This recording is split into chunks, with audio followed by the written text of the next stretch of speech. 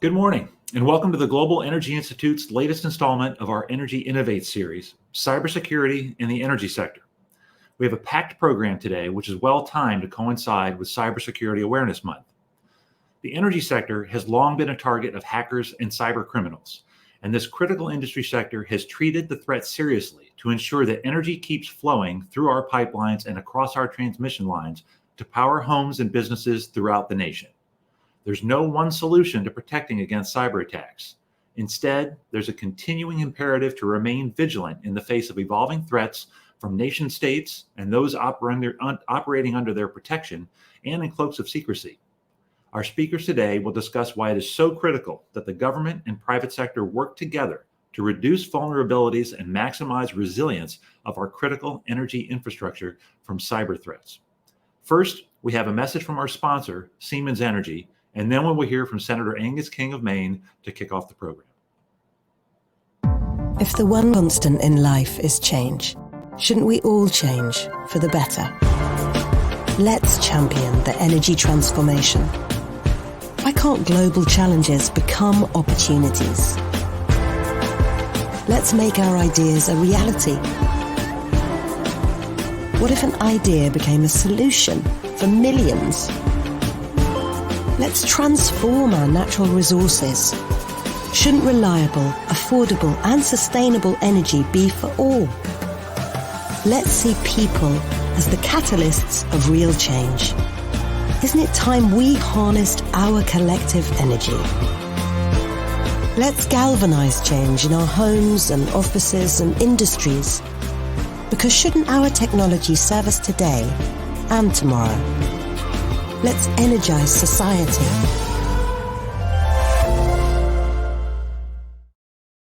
At this very moment, at the moment that you're watching me on this video, foreign malign actors are trying to figure out how to hack into your systems, the nation's energy infrastructure. They're doing it now, they're doing it tomorrow, they're doing it the next day. Protecting ourselves in cyberspace is one of our highest priorities, and it's one that never stops. We're never going to be completely there. I've been living this issue for the past 2 years as a co-chair of the National Cyberspace Solarium Commission, which, as you know, has been working on developing a national strategy to deal with cyber risks from foreign actors, from terrorists, from ransomware people, and there are just so many pieces of this. But I want to mention, before I go any further, two invaluable members of our commission, Jim Langevin, Congressman from Rhode Island, and Tom Fanning, the CEO of the Southern Company. Both were incredibly valuable members of our commission. And this commission, by the way, was the real deal. We've now had, I think, 47 meetings, each one of which has been an hour, 2 hours. The commissioners have been in attendance, have been engaged. We've issued a report and a series of white papers and already had something in the order of 25 or 30 of our recommendations enacted into law. So where do we start on cybersecurity? I think we start at the desktop. The prevention, the best hack is the one that doesn't happen, the one that doesn't get through. And as I say, I think prevention starts at the laptop or at the desktop, and it starts with individual decisions, with people not clicking on phishing emails, people using and companies requiring two-factor authentication. Just routine cyber hygiene will prevent something on the order of 85 or 90% of most cyber attacks, ransomware or otherwise. So that's a crucial part. And I'm going to talk about the federal government's role for a minute, but this is a challenge that really has to involve individuals and companies. And you as executives are going to have to enforce these policies. I'm a great believer in Ronald Reagan's admonition to trust but verify. Trust that your staff is doing the right thing, but every now and then send them some fake phishing emails and see who bites. I have a friend in the energy business. In his company, the policy is pretty straightforward. Bite one time and you get a reprimand. Click on a phishing email a second time and you're going to find yourself in the boss's office. A third time, you're going to find yourself out on the street. This has to be an ironclad policy. The risks are just too great. Now, what about the federal government? What can we do? Well, I think the biggest gap in our federal cyber strategy is the lack of a declaratory deterrent policy, a policy that says to these nation states like Russia and China that are either behind the attacks or tolerating them, that if you continue to do this, you're going to pay a price. There will be a result of your action. There's going to be a cost because right now, and for 15 or 20 years, we've been pretty much a cheap date in cyber. We've allowed people to attack us without any real consequences, without any real cost being imposed. That has to change because we can do all the defensive things in the world, firewalls, prevention, two-factor authentication. We can do all those things, but ultimately, unless we deter some of these more serious attacks, they're going to keep coming. They're going to keep coming because it's cheap for the other side and they can wreak a lot of havoc, as you all know. The energy sector, I believe, is one of the most highly targeted sectors, and it's one that I know the electric sector has done a great deal. There is a side of the energy sector, though, that I'm very worried about, and I've communicated this to those individuals, and that's the pipeline system. As far as I'm concerned, the natural gas pipeline system may as well be part of the grid.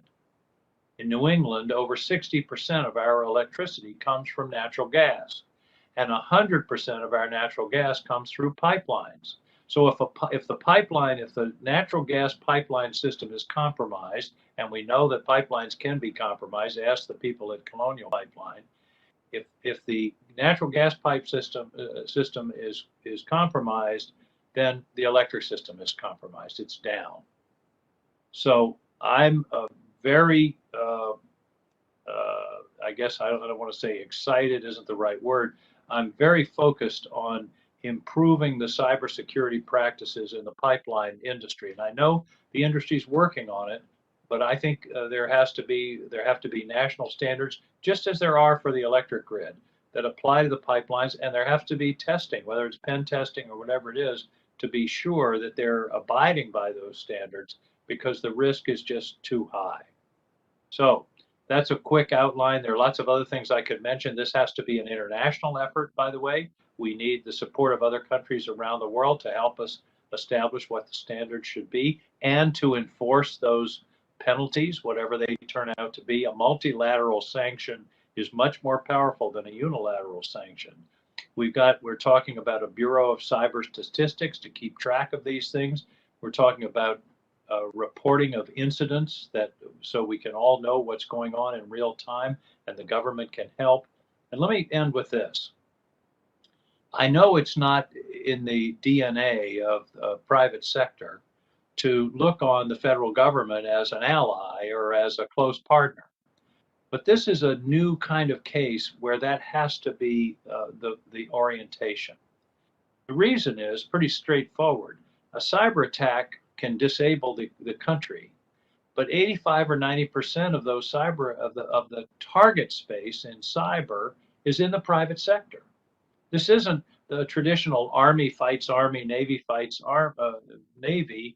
This is all about the private sector as the target and the federal government as the partner in protecting your integrity of your systems. So we have to get to a place where we have trust in one another, where you can trust CISA at the Department of Human Services or CSER at the Energy Department and share information. And frankly, you have to have some protections. You have to have some protections about proprietary information, about liability, and I understand that.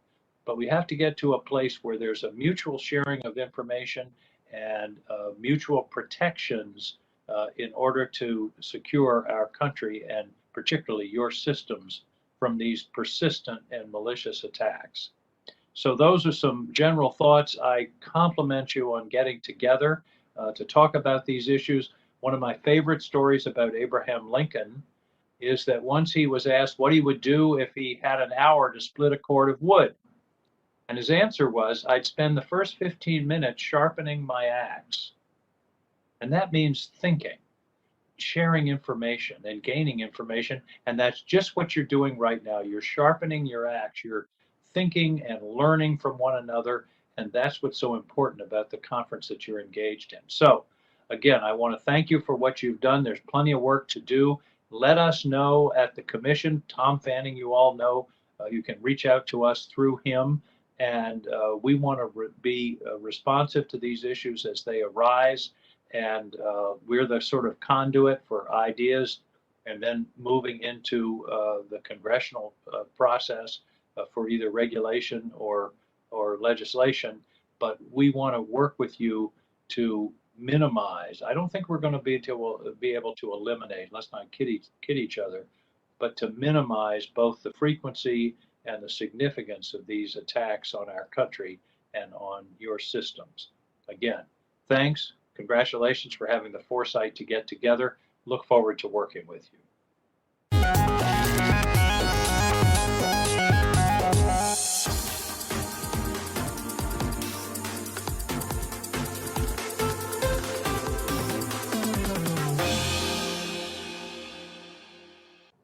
I'm pleased to now welcome Congressman Jim Langevin, who has represented the 2nd District of Rhode Island since 2001. Welcome, Congressman. Thank you, Marty. Great to be with you. So the Congressman is a senior member of the House Armed Services Committee, where he chairs the Cyber, Innovative Technologies, and Information Systems Subcommittee. He's also a senior member of the Homeland Security Committee, where he serves on its subcommittee on cybersecurity, infrastructure, protection, and innovation. He was one of 4 legislators appointed to serve on the Cyberspace Solarium Commission. He co-founded and still co-chairs the Congressional Cybersecurity Caucus, and he's a national leader on securing our nation's technology infrastructure against cyber threats. Now, that just scratches the surface of Representative Langevin's commitment to this important issue, and came after a distinguished career serving in several state offices in Rhode Island. So let's dive right into the questions. As noted, you've devoted a significant amount of your career to cybersecurity, not just with respect to its potential impact on critical energy infrastructure, but on the threat that cyber vulnerabilities pose to the security of our nation and everyday way of life. So what drove you to commit so much of your time to this issue, and what do you hope to achieve through your efforts? Well, Marty, thanks for the question and for having me on. I appreciate you putting this program together. I know that cybersecurity is of acute interest to members of the Chamber of Commerce, and we're in this together. So I'm glad we can spend a few minutes talking about this important topic. I first got involved in cybersecurity issues when I took over as the chair of the subcommittee on Homeland Security Committee, is the Emerging Threats Subcommittee on Homeland. And I realized very early on that this was really a vast, I guess, attack space, if you will, a lot of vulnerabilities that really hadn't been addressed. I did the deep dive on the topic while I was co-chairing the CSI's Commission on Cybersecurity for the 44th presidency, and really became clear very early on that cybersecurity is one of the preeminent national and economic security challenges of the 21st century. So I've used my position in Congress to push for improvements to our nation's cybersecurity, and I'm glad to see that the work is paying off. A number of people and colleagues have really gotten the message that in outside groups that we need to do more on cybersecurity. And last year's National Defense Authorization Act, just by way of example, contained over 25 legislative proposals introduced by the Cyberspace Solarium Commission, on which I served. It was a real privilege being there, and I would submit that it was the most consequential piece of cybersecurity legislation ever passed in the country's history. So I really do have high hopes that we'll be able to pass more legislation this year and in subsequent Congresses as well. But our work is not yet done. It's an ongoing effort. Well, I know that you're proud of the work as a member of the U.S. Cyberspace Solarium Commission, as you mentioned. And of course, that includes folks like Senator Angus King as co-chair and Southern Company CEO Tom Fanning, both of whom, by the way, are part of today's program. Now, while industry and the commission may not agree on every recommendation of the group, there's clearly significant common ground, including the establishment of a national cyber director within the White House. So what are your proudest accomplishments as a member of the Solarium Commission, and what significant recommendations remain on your to-do list? Yeah. Thanks again for that question as well. So we had two great co-chairs, Senator Angus King and Congressman Mike Gallagher, my colleague in the House, and also on the Armed Services Committee, and then people like Tom Fanning. So again, very proud of establishing the National Cyber Director, which you mentioned just ago. Before the passage of the National Cyber Director Act, I had been working to create an empowered leader within the House to coordinate interagency cyber efforts for more than a decade. And now that Director Inglis has been confirmed by the Senate, he'll be the president's really principal advisor now for cybersecurity related issues, and take a leading role in the development of and implementation of national cybersecurity strategy. So I'm also proud of the Commission's work to strengthen the Cybersecurity and Infrastructure Security Agency. We've significantly enhanced CISA's capabilities to the nation's to being the nation's primary agency for domestic cybersecurity. So really proud of their work. As for what remains on the legislative agenda, there's two key outcomes that we still things that still come to mind, still proposals that are pending.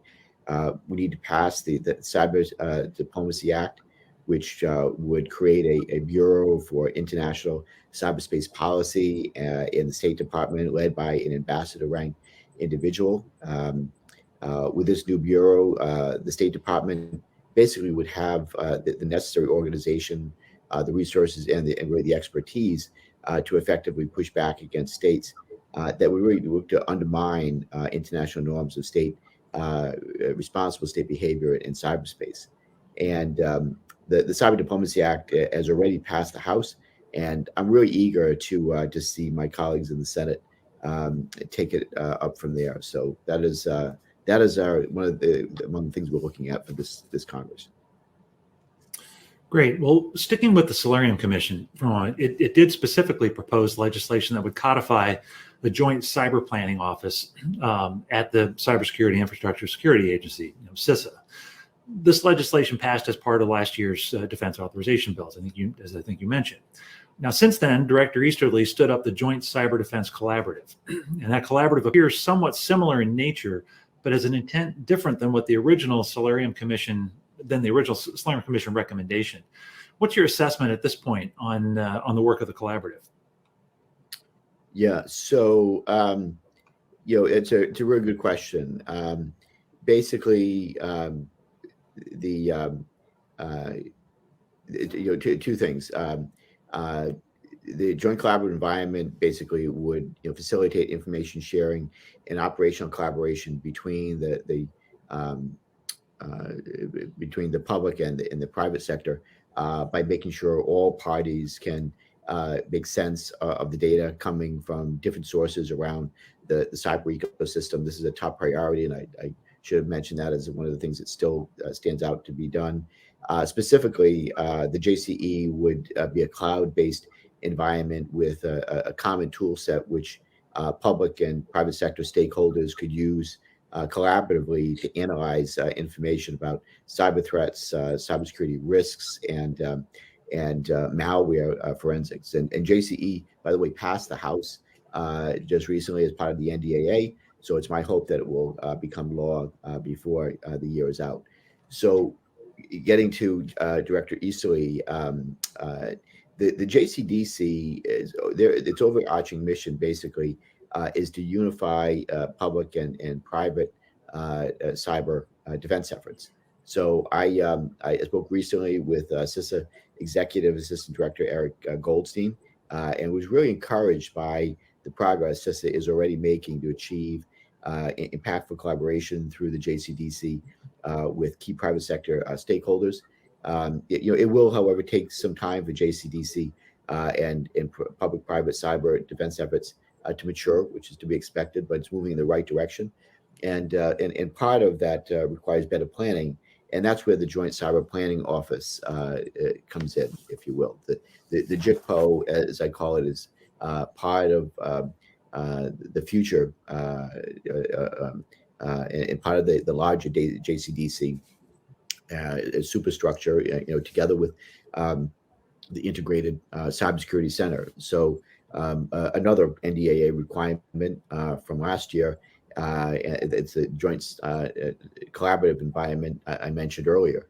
So wrapping the planning and the defense operations and information fusing functions of these three entities together under one roof, I believe will significantly benefit the United States overall cybersecurity and resilience, and really just applaud the work of Director Easterly on that front. Great. I've had the fortune over the last 6 to 8 years to hear presentations from senior intelligence officials where CEOs in the audience were able to ask, like, what keeps you up at night? And even that long ago, cybersecurity was always one of those things that was top of mind for, again, those top intelligence officials here in the U.S. And now we hear a lot of commentators predict that an elevated and continuously vigilant cyber posture is going to remain a basic business requirement for the foreseeable future. In other words, anyone with young children should strongly urge those kids to pursue a career in cybersecurity. But in all seriousness, I guess from a very broad standpoint, what additional policies do you believe we need to address that long-term threat? And what does a more cyber-secure critical infrastructure and energy sector look like? One where we can all rest more easily at night. Sure. So, I definitely agree that cybersecurity will be a pressing concern for all of us, especially businesses moving forward. Obviously, it's dominating the attention of government right now because of all the high stakes cyber intrusions or attacks that have taken place. Look at ransomware and how pervasive that problem is right now.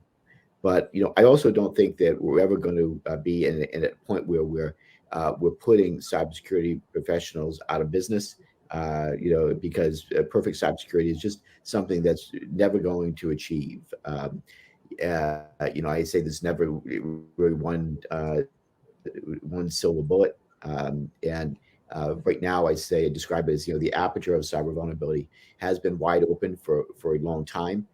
We need to, and we are collapsing that vulnerability down to something that is much more manageable. I think that is the best hope that we have. And we're moving, in a better direction than we were when I first started this, going back to 2007, 2008. So basically, in the absence of perfect cybersecurity, we need to adopt a strategy of risk management that requires consideration of three factors: the cyber threats we face, the vulnerabilities in our systems that threat actors could exploit, and the consequences of a certain system going down. So that threat vulnerability consequence model of risk helps us better make informed decisions on where we should invest most in our cyber defenses.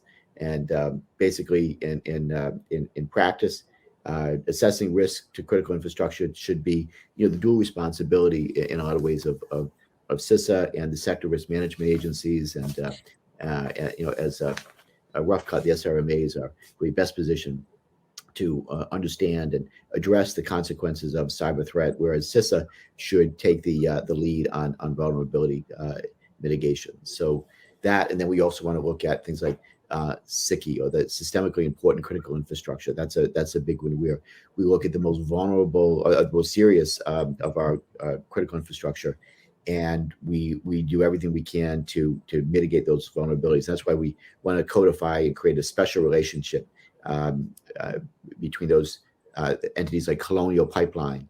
That if a company goes down, it's not just the company has a bad day, but the country would have a bad day. And so the concept of systemically important critical infrastructure, or SICI, is one I hope to codify in future legislation.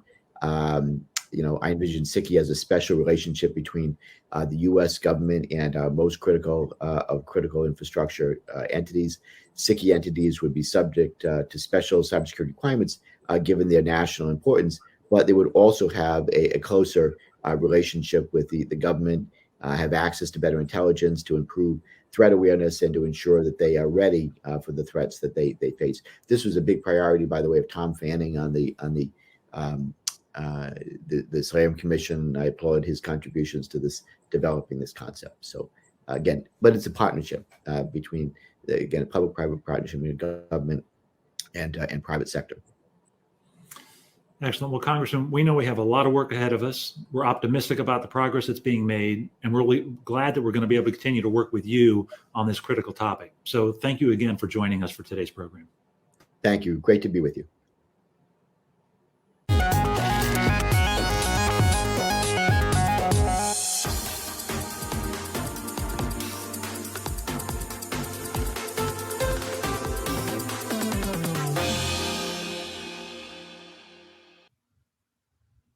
Hello, I'm Christopher Roberti, Senior Vice President at the U.S. Chamber of Commerce. My team and I cover national security policy issues, which include cybersecurity, supply chain security, defense procurement, and commercial space. We're here today to talk with Rob Lee, who's founder of Dragos, an innovative cybersecurity company that focuses on protection of industrial control systems. Rob is a recognized pioneer in the industrial security and incident response and threat intelligence community. He gained his start in security as a U.S. Air Force cyber warfare operations officer tasked to the National Security Agency, where he built a first-of-its-kind approach to identify and analyze national threats to industrial infrastructure. Forbes named Rob to its 30 under 30 list in 2016 as one of the brightest entrepreneurs, breakout talents, and change agents in enterprise technology. He and his team helped lead the investigation into the 2015 cyber attacks on Ukraine's power grid, and he and his team at Dragos also helped identify and analyze the crash override malware that attacked Ukraine's grid in 2016. And they were deeply involved in the response to a separate malware incident against an industrial safety system in the Middle East in 2017. Rob is routinely sought after for his advice and input into industrial threat detection and response. He's presented at many major security conferences. He teaches courses at the SANS Institute, and he's deeply committed to the mission of protecting industrial control systems. He is a trusted voice to inform policy on critical infrastructure cybersecurity, domestically and abroad, and regularly briefs national level leaders. So I'm thrilled to have an opportunity to sit down with Rob and ask him a few questions and have a great discussion on some of the things that he's doing and get his perspectives on the industrial control system cybersecurity front. So Rob, thanks for joining us today. Yeah, thanks for having me. It's good to see you. Listen, we've got a lot to cover, but I do want to start a little bit back to how you got involved in this field and why it's important. So when many people think of cybersecurity, they think of hackers who are looking to infiltrate computer systems, steal personal information, technology secrets, or even some significant sums of money. Your professional career has been focused on the protection of OT, or operational technology systems, which are very different from the information technology systems that store data and other critical information, though they are converging. So take us back to how were you first exposed to the importance of OT systems, and why did you focus your career on the protection of them? And as a corollary, why is protection of these systems so very critical, especially within the energy sector?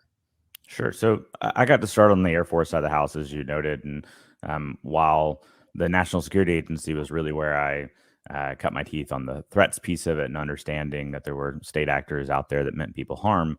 The Air Force and sort of the humanitarian missions and focus that it was doing was really my first interaction with control systems. And I was always drawn to these control systems doing, humanitarian projects in Cameroon, where we would take controls and control systems and build like water filtration units or wind turbine energy to power car batteries that people could leverage in the evenings and similar. And cybersecurity in of itself is always interesting and it's compelling and it's puzzles and it's fun, but being able to bring it into the physical world and have these systems that interact with physics, with the physical world around us, was very, very exciting.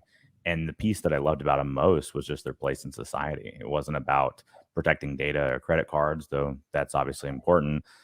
It was about protecting people, and it was about the mission, and it was making sure that these, our civilians around the world were protected. And then there's something that's just sort of, I don't know, it's romantic or what about that, of just being able to protect people. And I think control systems offer that. And, to your question, the corollary there, when we look at our critical infrastructure, for years, our state leaders and our executives have talked about protecting critical infrastructure. But right or wrong, or at the time or whatever, what ended up happening when people were talking about critical infrastructure protection is they invested a lot in enterprise information technology. And enterprise information technology is present in every company. It's important, but it's not really what makes critical infrastructure critical. What makes it critical is the services and goods they provide: the electric power, the water, the oil and gas, the manufactured goods, et cetera. And the things that make that, the things that do that, is operations technology, it is control systems, industrial control systems. So as we heard in Senator King's discussion, and obviously Congressman Langevin and Tom Fanning is going to be talking about the same, but what makes our systems critical, what the critical components of them are, operations technology. And we've not invested as heavily in that over the years. Actually, we put a lot of focus on prevention. Maybe we just segment that stuff away from other systems. We'll put a firewall in. But the natural tendency of those systems is to become connected, which provides more services and better services and more reliability and better efficiency for these systems. But it also introduces attack vectors. And we need to be able to detect and respond to the threats we see. And quite candidly, right now, a lot of infrastructure owners and operators can't do that. But we are having those conversations, and the community is learning, and we're chasing that goal pretty quickly now. Yeah, that's an interesting and very helpful transition to my next question. But I think I do want to comment that it's noteworthy that you came into this field from an angle of protection and protecting people. And when people often think about the military, U.S. military, they take a very simplistic approach. They think they're there to blow things up or destroy things, and oftentimes much more important to protect and defend than to go out and break. So it's great that you were able to work both your personal proclivities into your work, and then translate that even further out into your professional career post military. So that's great to hear. And when you were talking about how important it is to protect industrial control systems, I look back at the 2015 attack on Ukraine's power grid. That's widely recognized as one of the earliest compromised on electrical utilities industrial control systems, at least publicly. And even the much more recent and highly visible ransomware attacks against Colonial Pipeline, which targeted the company's information technology systems rather than the operational technology running that pipeline. And so what I ask is, why do you think that nearly 6 years have gone by without significant OT system compromise impacting the energy sector? Or has it? Are we just that good, and is the system that protected that we've got cybersecurity locked down, or are there a combination of reasons at play? Yeah, definitely a combination of reasons. So we have to pay credit to our infrastructure owners and operators for a lot of the work they've done. And honestly, I don't think they get enough credit for that. It's very common. We hear about the vulnerability of our systems. We hear about the threats. And sometimes almost romanticize the threats and giving them interesting names and so forth. But the real ground and day-to-day work is done by our infrastructure owners and operators and the people at those companies. And they've done a really good job. Now, we can't rest on that, especially as the changing landscape, as our threats become more numerous and more aggressive, and as our infrastructure changes and goes through levels of digital transformation and connectivity, or whatever you want to call it. Those two things converging introduces a lot of new risk, and we've got to address that. But there's my main statement to you, though, is there's a lot of stuff happening that people don't realize. And I've testified to Congress on this before, where I've said, and kind of flippantly, that in many parts of our infrastructure, we have the equivalency of Schrodinger's OT, right? We just don't really look inside the box to wonder what's going on inside, and we just assume the cat's alive. But this truism exists that as we look more, we find more. And if you think back to the 2015 attacks in Ukraine, right first ever cyber attack to take down electric power systems.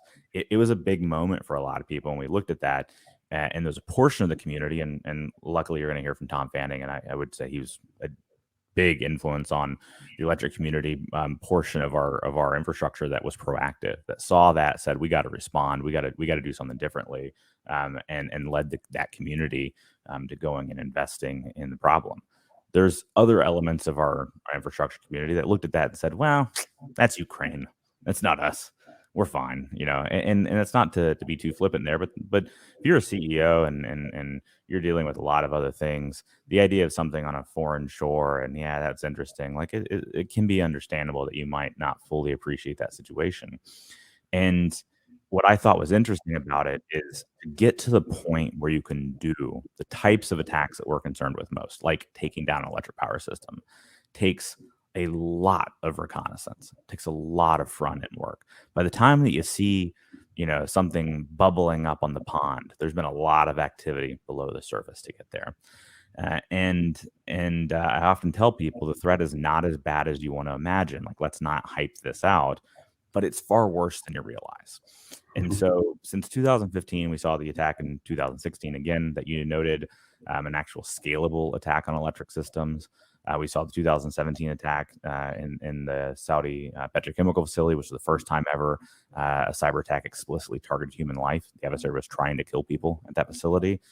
But every year we have something like that. And it comes up to recent days where SolarWinds, people are talking about the enterprise IT portion of it, but our operations technology environments were compromised as well. Whether or not the adversary realized it, they had remote access to gas turbine equipment and software across the world, and very critical infrastructure. You had Oldsmar in Florida, which was the first ever cyber attack on U.S. soil, where the adversary actually tried to poison the water system or hurt people. So there's a lot going on, but behind the scenes, there's so much more to get to that point. As I mentioned earlier, we, at our firm today, we track around 15 state actors that are explicitly targeting industrial control environments. And those actors don't just target one type of system. They don't just target one infrastructure community in the world. Good example being that safety system focused attack in Saudi Arabia. That same group, that same team, we've seen targeting infrastructure in Australia, New Zealand, in Norway, and in the United States, and other elements of the Gulf cooperation countries. So these teams remain active. And if you're only doing the protection thing that I was noting earlier, if you're just firewalling your system, and think how much of our guidance is protection. As we talk about standards and regulations, it's patch your systems, password changes, multi-factor authentication, firewalls. A lot of the recommendations to our community from government and others have been prevention based, and that's not bad, but it just means that we're not getting detection. And if you don't detect things, you never actually know it's there to respond to it. And the reality is, again, just without the visibility in these networks and in these operations environments, we're not seeing all the things that are taking place. And as we start poking at it, and as our communities get a little bit more mature, we start seeing more and more. And so I think it's important for us to learn from that and learn from those cases and figure out what are we going to do as a result. Yeah, and I think that the detection is a very interesting point, and I'll also go back to something that Senator King mentioned in his remarks about government and private sector operational collaboration. We've been saying at the chamber for years that information sharing from government between government and business is critical. And it's often discussed as an area that can really support cyber protection and incident response. Although both sides will say, well, we need more from the other side, right? It's always the vicious circle, as you say. Well, the private sector says, well, we need more information from government. The government says, well, we need to know more from you. And they're both probably right? The truth is somewhere in the middle. But moving past this sort of construct, what are some steps that can actually be done to enhance information sharing that would help both government and the private sector infrastructure owners best identify cyber incursions before bad things happen? Yeah, so I think you hit on a very important point, which is we sometimes talk past each other a little bit, right? And maybe that wasn't exactly what you're saying, but I'm going to take it that way anyways, which is we usually understand the intent. We're very good about the intent. Hey, we'd like to work together. Hey, we'd like to get better information. You know what? We'd like to prevent things before they happen by sharing these insights. And the intent's usually really good, but then we kind of get into the specifics of it, and we start talking to each other. Well, I want you to collect this, or I want you to do that, or I want you to share this, and that's where we get caught up sometimes, and quite literally just talk past each other. And and we've done a lot of good stuff, in the electric community as an example. A lot of infrastructure communities do good here, but as the electric community as an example, they have the electric ISAC, where they are constantly pointing in the points of contact from these companies across the North America, sharing insights, even just having a place where points of contacts can talk together about the problems they're facing is phenomenal. But when you think, oh, I'm going to share technical data and we're going to do it in real time, that's not the point of something like that. Sure, it can happen, but even just knowing your counterpart at other organizations to share lessons learned, that's really powerful. And they do exercises at NERC, the regulatory authority, for things like GridX, where they do tabletop exercises of grid-wide or electric system-wide, compromises. That's really powerful. But it doesn't get to what a lot of us want, which is, what is the actual insights? And it's common things like, if I know a vulnerability is impactful, or the National Security Agency finds out that there's a supply chain compromise, like a SolarWinds, how many people have it? Where is it? How many have that version? Getting those basic kind of questions is very difficult. When you find that the United States government is tracking a new threat, or a Dragos or whoever else is tracking a new threat, it's the same type of question. How far wide is this? How impactful is this? Is it freak out about one company, or are they targeting multiple companies? And so that's been very difficult to ascertain over the years. General Alexander and his firm, sort of post NSA life, created IronNet. And what they've been doing and talking about a lot is collective defense, which I think is the right discussion of how do we all share from the technical level and understanding what's happening, so that collectively we all see what's going on and can respond correctly.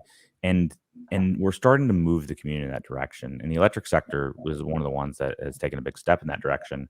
But I'll frame it very carefully here, where what worked well and what we got to be mindful of is the United States government, under this administration, went out to the electric sector and said, we really care about OT security. And we think we have a gap in visibility, detection, and response, the ability to detect and respond to those things. And we'd like you, electric sector, to increase your ability to detect and respond to OT specific threats and share the insights with us. But we're not going to tell you what products to pick. We're not going to tell you, attributes to those products. We're going to stay out of that. You go figure out how to do it. So in essence, they said, here's why we care. Here's what we want you to do about it. And we're going to stay out of the how. You're going to figure that out. And the electric sector, with Tom Fanning and Bill Furman and the Electric Sector Coordinating Council, they got together, the CEO-led group, and said, well, okay, yeah, we can take that challenge. And a number of the community got together and went out and evaluated technologies and approaches and similar, and came to some decisions as part of this 100-day action plan that you may have heard of, which was President Biden's 100-day action plan. And essentially, they said, we will rally together with innovative ideas that haven't been done before and meet the challenge of the why and the what. Dragos was one of those players that got put forward, and a program we have called Neighborhood Keeper. And not to kind of promote it out, but the point of saying this is, what we were able to show, just as an example, is that the private sector can share real-time insights to government out of their networks, but they can do it in a way that protects their identity, can protect their data. You don't have to share the data. And when you get into the how, you limit the community. You say, oh, well, I need you to share the data so that we can accomplish these things. You may not need to. In this case, we proved you don't have to. You don't have to share the data at all. You can just share the insights.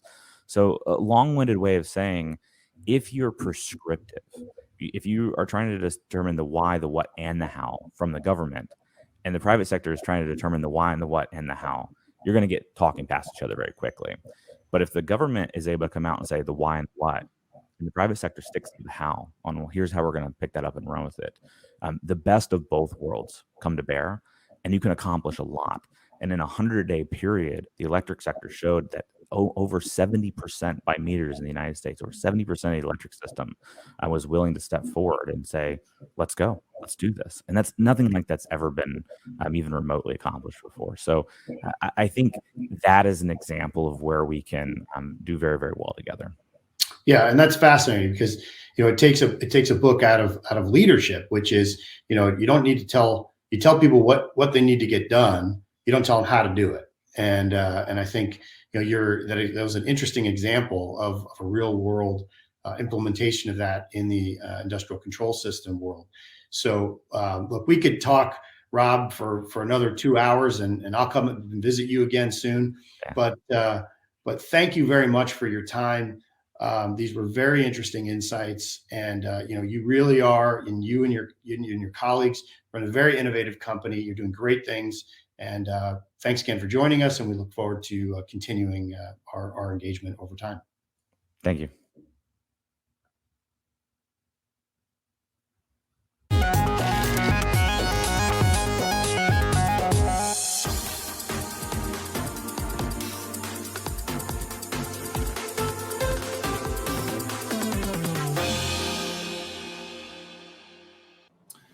I'm very pleased to now welcome Tom Fanning, Chairman, President, and CEO of Southern Company, one of America's largest utility companies and a leader on innovation across the company's portfolio. Tom, thank you for joining us. Great to be with you, Marty. Among many important roles Tom plays on behalf of Southern Company and the entire sector, he's co-chair of the Electricity Subsector Coordinating Council, which addresses threats to the grid that could impact national security, including cyber and physical terrorism, as well as natural disasters. He collaborates with the Tri-Sector Executive Working Group, formed by the electricity, finance, and communication sectors, to address existential threats, risk and consequence management. And he was appointed by the U.S. Senate to the Cyberspace Solarium Commission, a group we've heard much about today. So it's clear why we've invited Tom to join us. So Tom, you're widely recognized as a leader in cybersecurity among your peers. Case in point, you served with two of our earlier speakers, Senator King and Congressman Langevin, on the Solarium Commission. With so many areas of interest affecting electric utility ownership and operations, including transitioning to a lower carbon generation fleet, what motivated you to focus extra attention and to take such a leadership role on the cybersecurity concerns facing the energy sector? Yeah, look, I think Southern Company has always tried to have as part of its DNA to what we say is be bigger than our bottom line. Certainly, as a fiduciary, my job, I've got to be concerned with Southern. But beyond that, I've been active in the Federal Reserve Bank. I've been active in these national security issues. If it's good for America, it's good for us. As fate would have it, I think I'm either the only or one of the only CEOs in our industry that spent time in my career as CIO. Now, I always joke, a lot of times I felt that those days that CIO stood for career is over. That's a tough job. But as I grew up as chief information officer, I think I gotten a sense and appreciation as to how vulnerable we are in America. And I just felt this kind of fire in my belly to get invested in this issue. And as fate would have it, now I think I forget what it is, maybe my 8th year helping lead the electricity sector on these issues. Great. Well, your leadership on cybersecurity policy goes well beyond the electric utility industry. You also spearheaded the development of the Tri-Sector Executive Working Group, which I mentioned in the intro, which coordinates with finance and communications sectors to enhance national economic security by developing a cross-sector strategic framework to address kind of existential threats, such as those relating to cybersecurity and attacks on domestic economic sectors. So what kind of valuable lessons learned has the group provided? And can you outline some of the best practices that have been shared in a cross-sector fashion? Meaning, what did you learn from them and what did they learn from you? Yeah, and in fact, it's much bigger than just cross-sector. One of the things I'm very proud to have served on is the Solarium Commission. You did have Angus King and Jim Langevin. These are great guys. And I will say beyond them, the attitude of the Cyberspace Solarium Commission has been one that I would say is not bipartisan, but nonpartisan. That we all realize this is one of the most pressing issues in America, and we got to do work to solve that problem right now. Very early on, as I started to lead the electricity sector, it became very clear that there is an enormous amount of interdependence among the different economic sectors in America. And so therefore, we became very close with the finance sector. I worked particularly closely with Jamie Dimon and Brian Moynihan over there. And on the communication side, Randall Stevenson, AT&T, John Donovan, and other people over there. And we really started thinking about the different interdependencies that we do have. But beyond that, we are interdependent with the federal government. And one of my passions has been this, essentially. If you go back to when the original Solarium Commission was formed, this is kind of in the 50s, post-World War II, President Eisenhower, and they reimagined national defense in that new environment where you essentially had, looking at a map, say, the Soviet Union on your right, you had the newly formed NATO on your left, and the imagination of conflict was a tank battle on the plains of Poland. And what should we do about that as a nation? Today, there are no oceans that protect us on the right and the left. And certainly we have friendly nations north and south. But this conflict is not on the plains of Poland. This conflict is on our telecommunication networks, our electricity grid, and our financial services. And so therefore, we must think about the nature of reimagining national security. In other words, if the battlefield is the private sector, the battlefield must recognize that if we own something like 85+% of the critical infrastructure in the private sector, we've got to think differently about our relationship with government. And so therefore, what we are imagining now is a full participation of the intelligence community, our sector-specific agencies. In our case, it would be DOE, but certainly others would be Treasury, transportation, a variety of other things. The private sector itself, and then also the participation of the folks that will hold the bad guys accountable, whether that's DOD, FBI, Secret Service, U.S. Cyber Command, you name it. As an aspiration, what we must do is, as a private sector, not just defer to these other people in order to protect us. We must take an active role. You will notice in the Cyberspace Solarium Commission report the absence of words like cooperate. The words that we chose to use were collaborate. We have an obligation to work with the the public sector from the intelligence community standpoint, sector-specific agencies, et cetera, to illuminate this battlefield in a real-time fashion so that we can deal with the threats before the threats manifest themselves as a problem on our networks. We also know that in dealing with this existential threat, that it's not just cyber, it is cyber and physical. And the remedies to help harden the defenses must be both that, cyber and physical. And when I think about this problem, there's three legs to the stool. Number one, we must work together to shape behaviors among our friends and our foes alike, and how we view threats and accepted behaviors in cyberspace. Two, we must harden our defenses, and we must do that in a collaboration with the federal government. And three, we must arm the folks that will hold the bad guys accountable with the tools necessary to defend this nation's ability to have a safe economy, to keep our citizens safe, and to protect our ability to see, to listen, and to defend ourselves. These things have been a passion of mine for some time. And I think the Cyberspace Solarium report specifically is a blueprint for how this nation can make itself more secure from a national security standpoint. Tom, that's really important context. So let's dig into that relationship, the public-private relationship here, and the new partnership we have to have with government. As you know, one of the issues facing critical infrastructure companies such as Southern is a decision regarding which federal regulatory agency to contact first if your IT or OT systems are actively under a cyber or ransomware type of attack. And as you mentioned some of them, whether it's the FBI, CISA, DOE, or its CSER office, FERC, or maybe even your state regulators.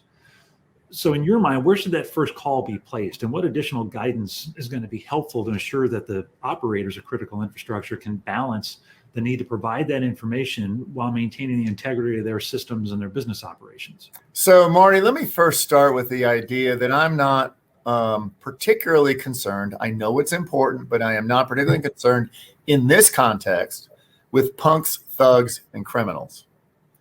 I'm speaking about the existential threat. That is the ability for a nation state or a derivative of a nation state to take our economy down or threaten our people or to impair our ability to defend ourselves. So that's the context in which I speak. Now, to do that, what we're thinking about is creating a designation of the most important critical infrastructure. It has the unfortunate acronym of SICI, Systemically Important Critical Infrastructure. And we have the idea of creating a joint collaborative environment where the private sector will collaborate with intelligence communities, sector-specific agencies, and the folks that will defend this nation. Now, in that environment, the aspiration is that we have real-time information passed among and between these entities so that we can effectively illuminate the battlefield and at best prevent the problem from manifesting itself in our nation. If that problem does occur, that the other folks that we participate with in this collaborative environment will know it as soon as we know it. And therefore, there won't be the idea, almost of a phone call.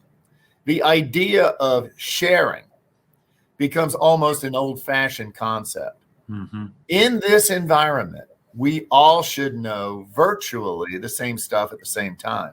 Now, with respect to below the existential threat, below this systemically important critical infrastructure, there will be plenty of opportunities to share information, to have one-off communications.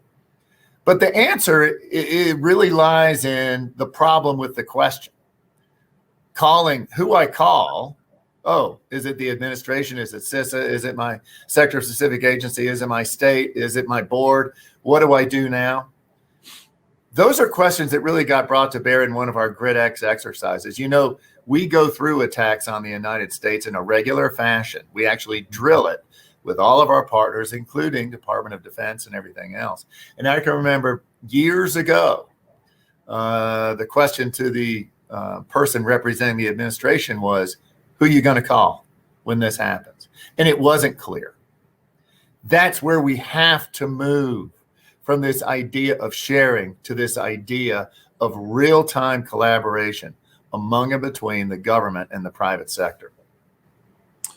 Great. That makes a lot of sense. So let's bring it back to the electric utility sector. You need to tell you're going through significant transformations involving integration of new generation resources, differing technologies, expansion of transmission infrastructure, dynamic line ratings, coordinated integration of distributed energy resources, and even demand-side management programs. Right. Every one of those elements can provide an additional attack vector for the bad guys, as you were talking about, to infiltrate the critical infrastructure, IT and OT systems. So just with all of that in mind, and with your experience, what does a cyber secure electric utility sector look like, and how do we realistically get there? Well, this is really true for any provider of critical infrastructure. Look, we understand as electricity providers, look, it's in our DNA that we are the backbone of the nation's economy. If the electrons don't flow, we're in deep trouble. And so, irrespective, you must understand that we get attacked, Southern Company, millions of times a day. So this is a condition that's happening all the time. So when you think about the different regimes of protection, rather than speak specifically about an asset here or what we're going to do there, let me kind of give you an example of the kind of thinking we're doing in order to protect ourselves. Number one, we've got to consider the most important assets, the systemically important asset list, and we will do that.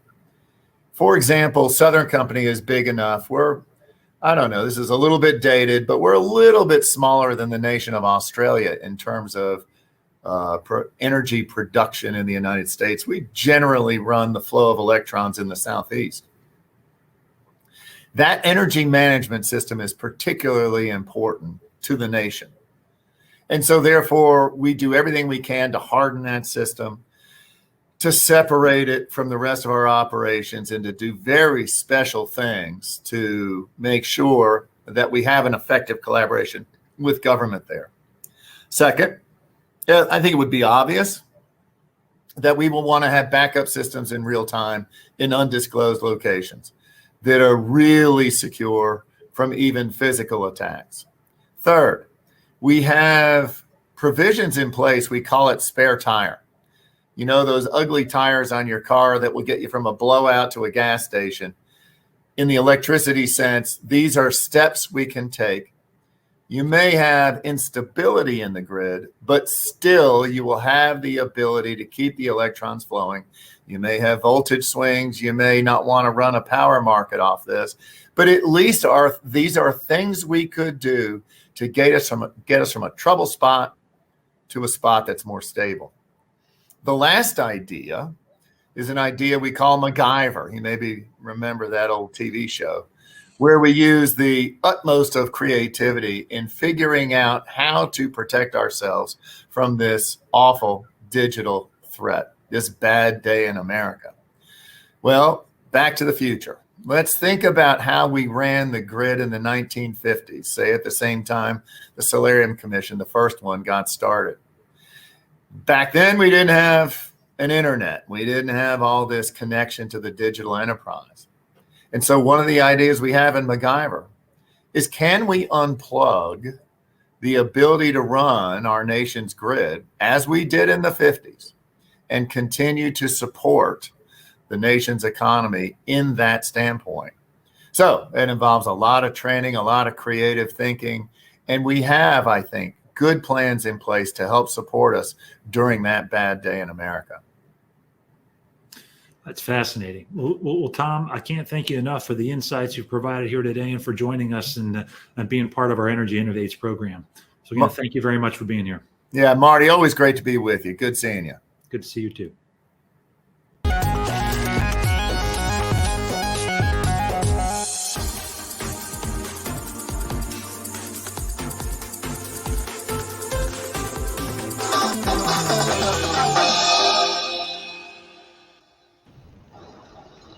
Good morning, everyone, and thanks a lot for joining us today. We really do appreciate it. Obviously, there's a lot to say about this topic, and therefore we're going a little longer than usual, but we really do appreciate everyone tuning in, and we hope some of the 630 odd some registrants for this are still hanging out, because we have a really great panel that we put together on one of the topics that is becoming very important in the energy sort of the collaboration of energy and cybersecurity, and that is sort of the supply chain for the products and components and everything else that are going to our electric grid, our pipelines, and other types of critical infrastructure, and to ensure that that supply chain is secure from potential backdoors and other things that might be there with respect to cybersecurity intrusions and the ability for nation states and other bad actors to get into our critical infrastructure. Here to help me with that conversation and to drive that conversation, I have three experts in this field. The first of which is Trevor Rudolph, who is the Vice President of Global Digital Policy and Regulation Governance for Schneider Electric. Next, we have Betsy Soren-Jones, who's Director of Cybersecurity Strategy for Exelon.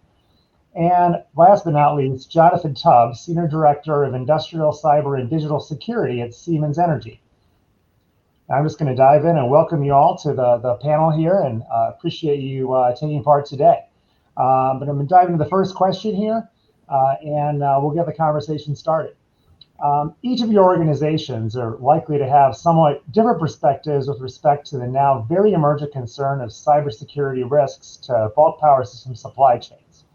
This would especially be the case with respect to you, Betsy, who is on the purchasing side of the equation with regard to ensuring that Exelon's system, which serves approximately 10 million customers across 5 states and DC, remains reliable and secure from cyber intrusions. Betsy, how is Exelon addressing cybersecurity risk to the supply chain? So Heath, first and foremost, thank you so much for allowing us to be here today. And this really is one of the biggest topics that we have in the company right now at Exelon. You know, I think we hear a lot about components. We hear a lot about different devices. The way that Exelon actually designed their supply chain program is really about information exchange. So we take a look back and we look at all the different types of relationships that we have with our suppliers and our vendor community. And as you can imagine, if I just from a category perspective, I think we have 100 different categories of different, I'll call them things that we buy. And one of the things that we realized was that just concentrating on the devices and the components was almost a little short-sighted, that we have just as much risk working with our service providers. So you think of like an engineer of choice company, you think of a law firm, you think of a bank, they pose just as much of a risk to us as the devices do. So our program is pretty holistic in that we look at what is the information we're exchanging with that particular vendor, first and foremost, and then we put them through a process based on that type of information exchange and that purchase, a risk assessment. So, you know, I have one way that I look at a relationship, again, with a law firm or an engineering company. That's going to be very different than the way that we look at purchasing a device, a transformer, or something that's going to go into one of our critical sites. So we do differentiate at the top of it as part of our supply process of what is the information we're exchanging, what is the type of risk assessment we need to put them through, and then also realizing too that, you know, our vendors are on a journey just as much as we are when it comes to security. So we have, you know, and work with many vendors that are global vendors that are spending significant amount of money really protecting their supply chain, understanding where their components are coming from, et cetera.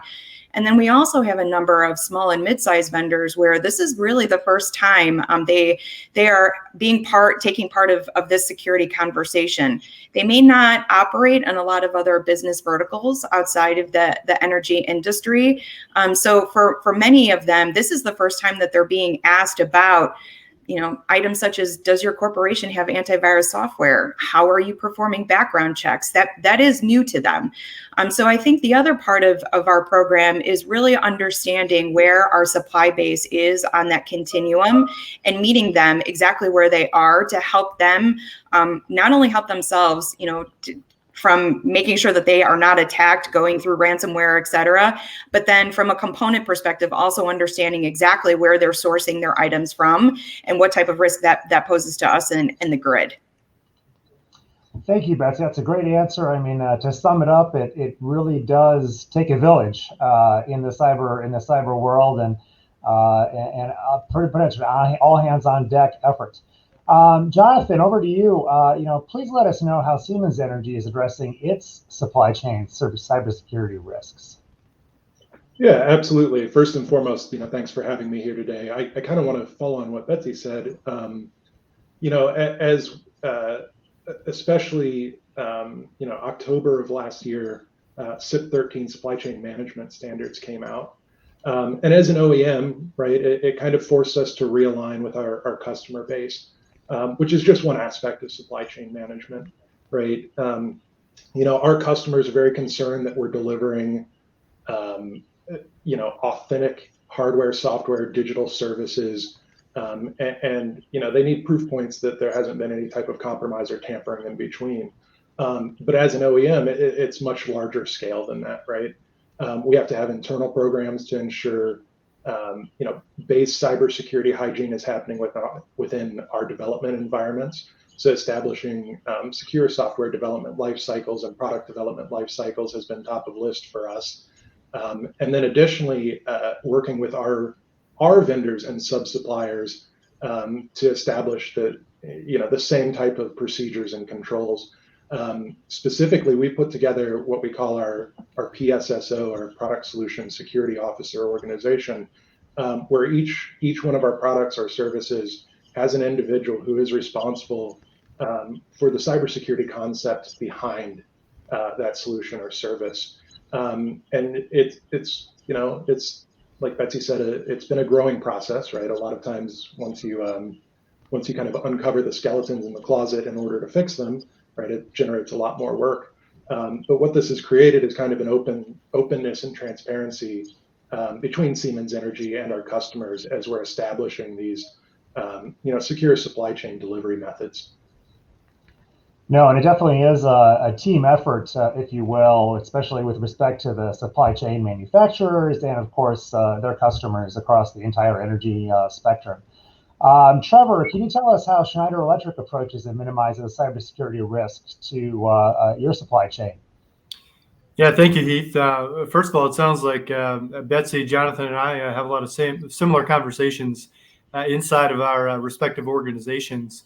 So maybe just a few things to add. From our standpoint, it's really focused on two things. One is we got to make sure that we are secure as an organization, and then number two, focusing on some of our high impact suppliers.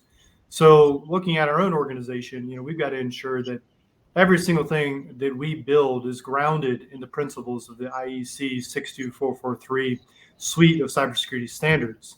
And that starts, of course, with our secure development lifecycle, looking at things like vulnerability management, source code governance, continuous monitoring and testing, ensuring that what we sell to customers like Exelon is as secure as it possibly can be. And then when we look at our supplier community, especially our high impact tier one suppliers, it's setting the expectations. What do we expect in the cybersecurity realm? And then how do we actually hold suppliers accountable? And one of the mechanisms that we're using is trying to get away from just a pure checklist approach to actually leveraging, third-party, we'll call them cyber credit monitoring organizations, to have an outside-in view of what those suppliers actually look like from a cyber hygiene standpoint, so that we can have a thoughtful and informed discussion about how those suppliers can improve and meet our standards. Now, Trevor, that is definitely the case, and it's a complicated area. Playing off the approaches that your companies are taking to minimize, since, as I think it was Senator King earlier today said, you can never really eliminate cyber threats. One of the significant areas of emphasis, both with respect to existing cybersecurity regulations and widely recognized best practices, is a top-down focus on the importance of cybersecurity. In essence, designing and implementing a strong internal cyber governance approach to your business and its operations. Starting this time with Jonathan, what governance tools does Siemens Energy use to reduce cyber-related risk? Yeah, absolutely. That's a great question. So kind of following off what Trevor said, right, there's some industry standards that should be followed, right? Products need to have IEC 62443 certifications where applicable. Establishing secure development life cycles, whether it's software or physical embedded products. Overall, having a robust security posture of the entire corporation. An ISO 27001 standard is a good way to prove that programmatic approach and the governance of that cybersecurity program. Beyond that, Siemens Energy has invested in a team that is dedicated to doing third-party testing of anything that comes through effectively. So whether that's free open source software, adherence to global standards, doing pen tests on equipment, right, following through and actually having a program in place as part of your product lifecycle management to actually test that cybersecurity. Which heavily relies on partner coordination and, of course, all the contractual vehicles that sit in between. And that is directed from the top down. A strong governance platform leads to implementation of all those cybersecurity best practices. Beyond that, having a team that is dedicated to monitoring vulnerabilities continuously is huge. Siemens has a product cert specifically for that reason. Siemens Energy utilizes that as well, so that we ensure that our products are not causing cross-pollination issues when it comes to cybersecurity. And again, all that is directed, and has to become kind of cultural within any company for it to be effective. Thanks, Jonathan. I mean, it definitely is a whole of enterprise approach, and requires an entire business unit within your corporation that obviously has to play and integrate well with all the others. Trevor, what internal controls and structures does Schneider Electric employ to maintain an enterprise-wide focus on cybersecurity risks? Yeah, it's a good question, Heath. I'll just start by taking a step back and saying, one thing I learned in my time in government is that cybersecurity implementation is more effective when your top leader in your organization is involved. And the good news is at Schneider Electric, I'm seeing a lot of that take place here. So what I mean specifically is we, for example, have a global risk register of all the cybersecurity issues that could come about and how we're, of course, mitigating them with specific controls. And that is actually overseen by our global CEO as well as our board on quite a regular basis. So we do have that leadership attention and dedication from the top, which really drives down through the rest of the organization. I would also just add a couple of points that we complement this risk register with internal and external functions. So we have an internal audit function, which I don't think is unique to Schneider, but that reviews the internal controls that we have applied for cybersecurity. And then that is complemented again by external credit rating, cyber credit rating agencies, as well as an external audit function. And we kind of ground all of these activities in the NIST cybersecurity framework to ensure that what we're doing demonstrates a certain level of maturity along this, I would say, global standard in the cyberspace. Thanks a lot, Trevor. And Betsy, as an investor-owned utility subject to binding and enforceable FERC-approved cybersecurity standards, Exelon could face substantial fines for not treating cyber risks as a top corporate priority. What internal structures and frameworks does Exelon employ to ensure that this focus remains strong 24/7? Thanks for that question. So I think for us, it's a gentle balance between our regulated side of the house and then also just our corporate enterprise. Hold on one second. Our corporate enterprise. So on the one hand, we go through a number of different audits, whether it be from a federal perspective or from a state perspective on different regulations that we have in cyberspace. And we really did need to make a decision as to, well, what about the rest of the company? So what about, the distribution side of the house on, in our electrical business? What about our trading organization that doesn't, have any type of regulations attached to it? What do we do there? So what we ended up doing is really mixing our regulated side of the house and then our larger enterprise-wide program and have one set of standards that we use across the board. So, we look at the different watermarks and we say, hey, what is the best practice? What is the watermark that we should apply truly across the enterprise? So it's a much more enterprise view. But for even the areas that we do not go through, I'll say a formal review or a formal regulated audit, we still do very similarly bring our internal audit group in to do the trust but verify. We bring in a number of different third-party technical experts to come in and pressure test the controls that we have. And then from a cultural perspective, the other thing that we instituted was an annual review and certification process. So if I am an application owner within Exelon and that application is not regulated by some type of entity, there is still an expectation that I go into a system and I attest to the fact that all of our security controls are in place and operating, as well as provide evidence of the fact that they are in place and operating. So we took the good practices that we've learned on the regulated side of the house and applied them to the unregulated side. And again, it really was from the top down. So, we would not have been able to build a program such as that. So if I look at it, on any given day, I probably have over 1,000 control performers. That is a huge cultural shift in a big company like this, to get security top of mind and to get people to understand that that is now part of their job, is to ensure that those security controls are in place and operating.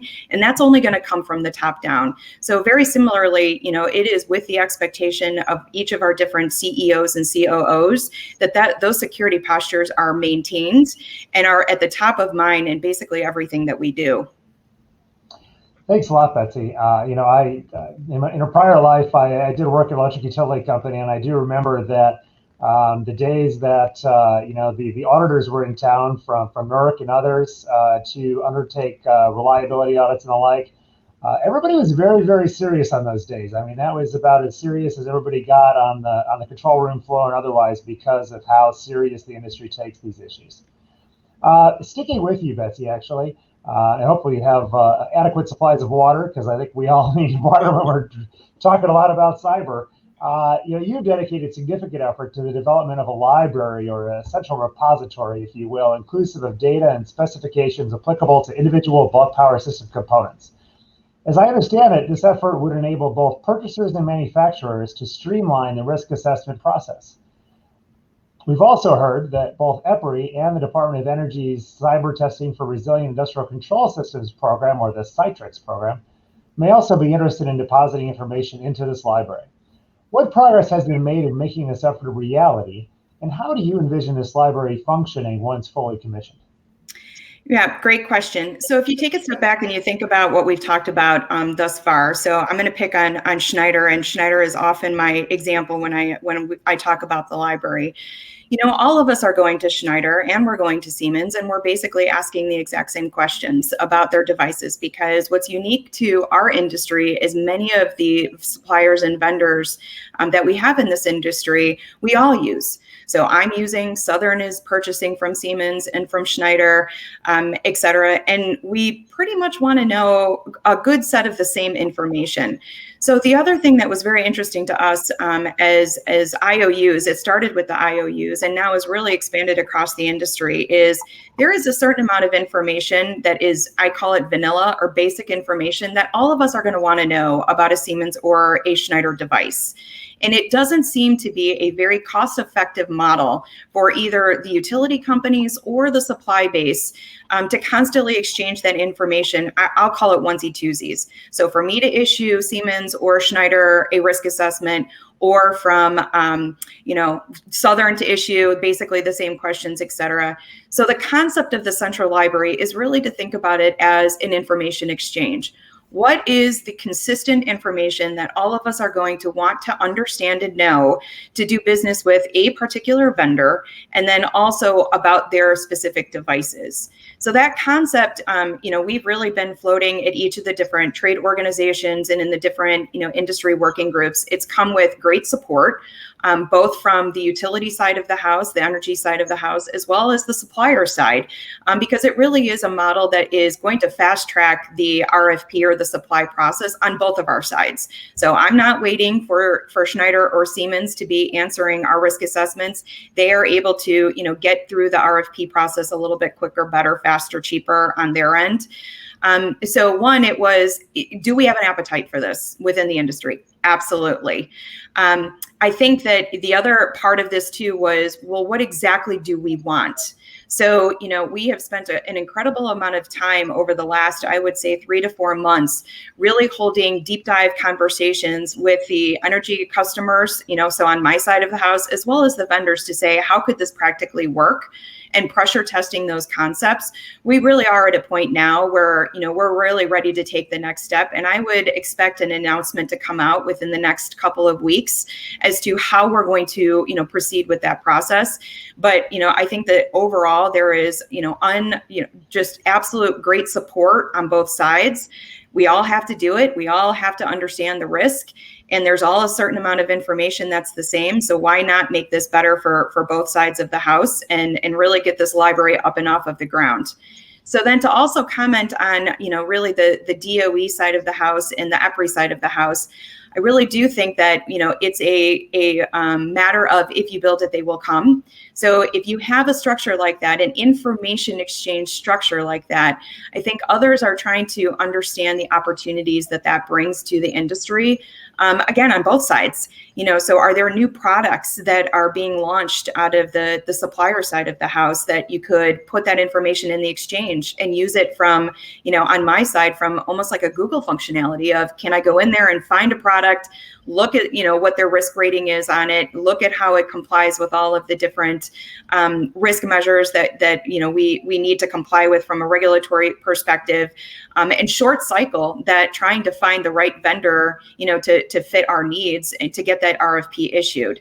And then I think on the testing side of the house, that's really where DOE and the EPRI really comes to the table. Is they've done an incredible amount of research, and they've got good trust but verify reports that should be really combined with those other risk, with the risk answers. So if you think about it, it's here's how Siemens or Schneider would truly answer, all of those different questions. But then here's also the trust but verify reports that go along with it. So I don't think it's just DOE or EPRI. I think it's also your ISO certifications. I think it's your, FedRAMP. When we get to CMMC, you could see a lot of those certifications going in that tool as well, is really the trust but verify piece. So I'm excited. It's coming soon.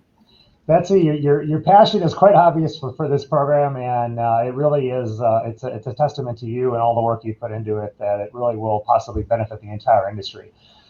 Quickly, we have a few minutes left. Jonathan, what can Siemens Energy do as an original equipment manufacturer to support customers such as Exelon and others in evaluating their supply chain risks?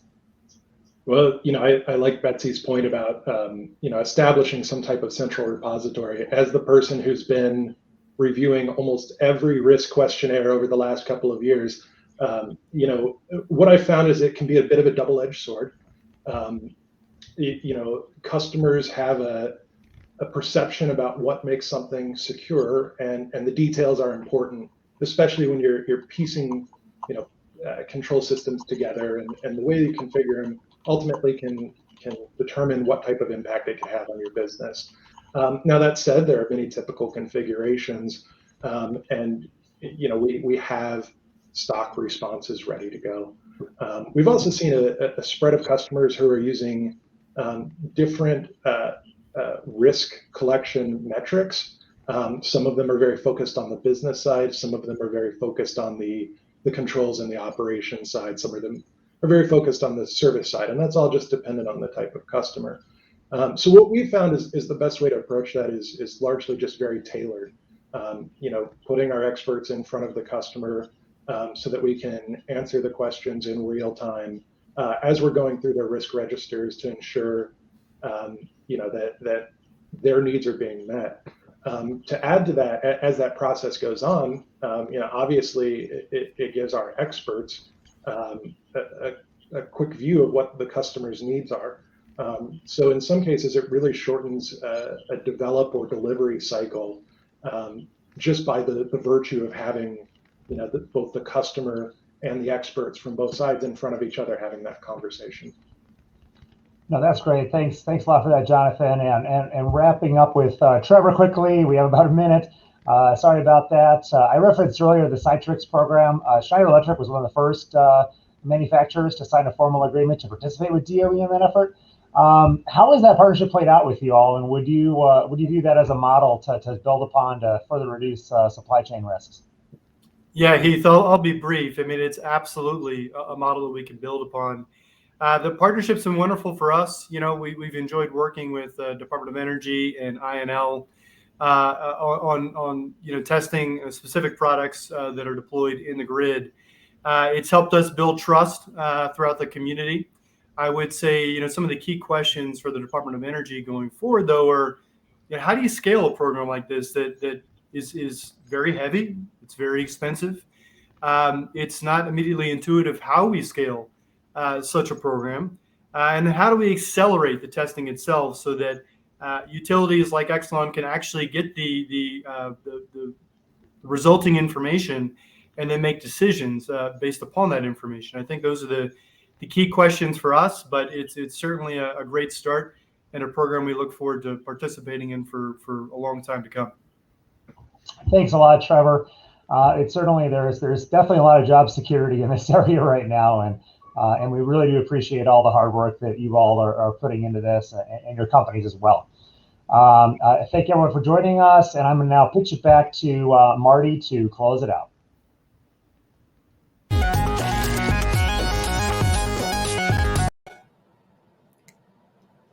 Well, thank you for joining today's session of Energy Innovates. I'd like to thank the outstanding lineup of speakers who took part in today's program. And again, I'd like to thank our sponsor, Siemens Energy. Please tune in for our next Energy Innovates event on Thursday, December 2nd, that will focus on the very timely topic of methane. So enjoy the rest of your day. Thank you.